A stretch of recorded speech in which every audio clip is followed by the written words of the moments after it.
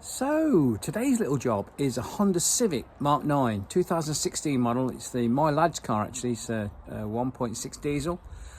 It was driving on the motorway the other day and the engine just about cut out. It went to limp mode and slowed right down. The engine management light came on. They pulled over, turned the ignition off for a few minutes, put it back on again, and the engine light management light went off. And they carried on, but the following day it happened again. So we're going to put the top down on and have a look what the problem is. Right, we've plugged the top down in and we're going to do a test, see if any fault codes come up. We've obviously got a fault code as well because the engine management light stays on. If I can just get the engine running, and you'll see it stays on all the time. This car's done 111,000 miles. It's not had a good life. So what we'll do now, what I shall do actually, I turn the ignition off, put the engine off rather, put the ignition back on, and let's have a look at what it thinks we have a problem with. So we do auto, it already knows what the car is, it's found the car because we've done this before. We'll do the auto scan and see what it comes up. See what comes up, shall we? We've got one fault code, which is that one there. Monitor's okay. So we'll go to OK. Let's see what the fault code is. There it goes. Let's read it. What comes up? Okay, we have a P00BC current, mass or volume, airflow A, circuit range, performance, airflow too low.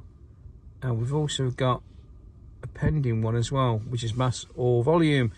Same one, yeah, same thing. So you can just clear it, or we can go back and we can have a look at live data. Let's go back, sorry, live data. And we can see, start the engine going. Yeah, just foot on the clutch. And we can see what data we can get on the airflow. We've got airflow rate from master airflow cylinder, so sensor rather. So we're on that one now. Let's go for live data. And that's that one.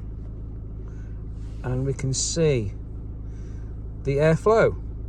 Value is 1030, just over 10, and the reference, of course, is nothing to 655 GS's. Now we can see when you rev it, it does go up, which is what it's supposed to do.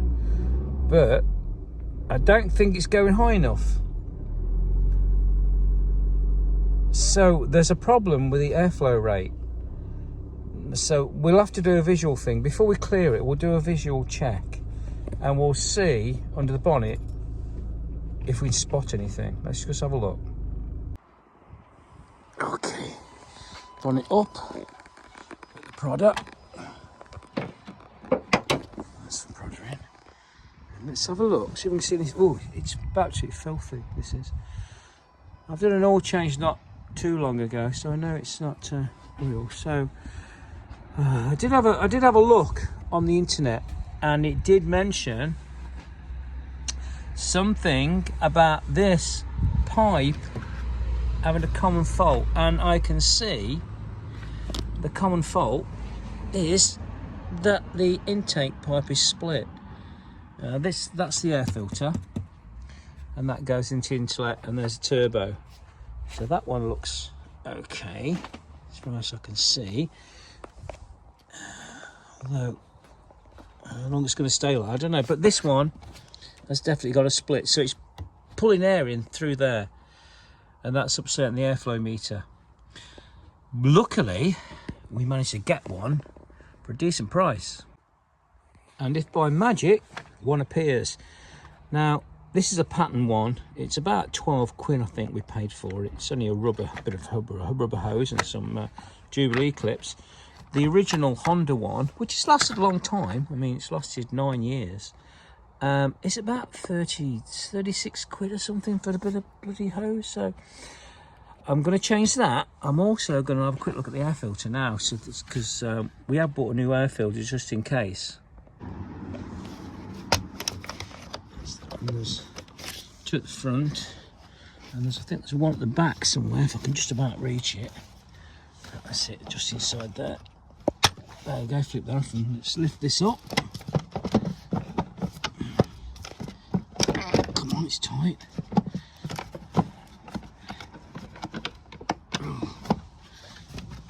I think we need to slacken this. Oh, hang on, it's going. Here it goes. No. These are 8mm bolts on these clamps. Just take both those off, and then we can get rid of the air filter a lot easier, I believe. And that's the bolt slackened off. So now it should, there we go, just pulls off. And let's have a look at the air filter while we're here. While we're in here, as I say. And that is, well, actually that's pretty black. That is. Oh, that's filthy. So it definitely needs an air filter. Look at that. Let's chuck that away, put it somewhere safe, and get an air filter. We'll hoover that out there as well, and then we'll change this. So what I've now done, actually, I've took the new Jubilee clips off the new pipe hose, whatever you call it, and I've took the Honda ones off the old split one, and there's the split there. You can see how big the split is. That's a big split, that is. Actually, this rubber feels quite tough. On the new one, it feels a bit, well, more flexible, so I guess it does the job. Anyway, I've put the Honda clips on the new one because they look a bit more OEM, and now I've got to stick this end on. So it's a bit tight, actually. I'm gonna have to slacken right up and perhaps put a bit of WD-40 or some sort of slippy stuff on there to get it on. I can't get it on one-handed, so I'm gonna lubricate that up now. And there you go, that's the old filter. Don't know how many miles it's done, actually. I didn't put it down. So it's done more than 10,000, I think. And there's a new one, as you can see, it's spotless. Spotless. So that, there you go. So that's in the bin. We'll just pitch that somewhere. There you go, that's over there. And we'll drop this one in, get the right way round, which is like that. Sits in there nicely, perfect. Now we can put the cover back on, and that should just squib into there. Let's put the cover on. Come on, come on, come on. I'll slip on the same time if we can, actually. Yes, that's got on easier. Has it? It's gone on easier, he says, and it hasn't. There we go. Come on, come on. Line it up. There you go. Yes, easy, easy. Line that little low up. It's underneath. Yep. Let's just get that on. Right, that's on. Just do the clips up now. Get your hands in. That's not going in. For some reason, is it settled down? Is it bottomed out? It should be. I can feel. Should have bottomed out, shouldn't it, on that filter? Oh, I see. Sticking at the bottom. There we go. That's it. I think. Last one. He says. Well, last but one. Yeah, that's gone on. That you see now. Now this one. This funny upside down one. Yes. That's it. All we need to do now. Tighten these 10mm up and try it. I can't remember if I said 8 or 10mm for these, but they are 8mm, and they're easy to do up. And that's tight nearly. Just tighten this one up. This last one. Come on, left-handed. Doing this left-handed, you see, while holding the camera in my right hand. Final tighten that one. There you go. That's nice and tight. That's all finished. So let's go and try it.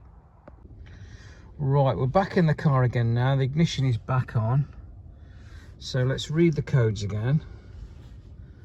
And then we can get, yeah, the code is still current. So we're going to clear DTCs. Here we go. Clear. Press it again. Didn't work. Press it a bit harder. There you go. Right, ignition on and engine off. Yeah, conditioning, yeah. DTCs and freeze frame data file record will be deleted. Are you sure you want to continue? Yes, please. Press again, a bit harder. Come on, a bit harder still. No. Use your thumb. Yes, there we go. Clearing the codes now. System passed, no faults decoded. Right, let's go back then now. You just press it quite hard actually. And let's go for live data. The engine management light has gone off. Let's start it up again. Right, okay. See if they see any difference in the live data.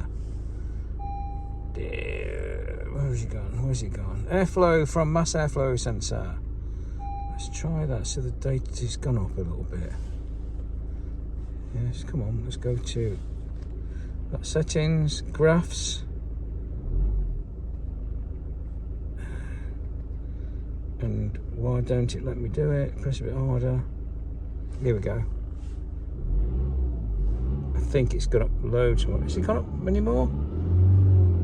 48. I can't remember what it was before. Anyway, that's what it's supposed to do. It sounds a bit more responsive actually, the car does. Any more data we can look at? Intake manifold pressure. That one there. Let's see what that does. Anything? Did it tell us anything? Oh yeah, it's gone strikingly up there, that's a lot. That's gone right up. Okay, I think we're done. We'll take it for a test drive and see if any errors come back. But I think that hopefully should have done it all now. Okay, until next time. Right, just took it for a quick test drive, and because it's not got a lot of fuel in, actually, fuel's really low. Pulls like a train, no more engine management lights come on, and it's working lovely. It's back to normal. So there you go. It cost you about £27 altogether, and it's fixed completely, hopefully now for another 9 years. All right, until next time.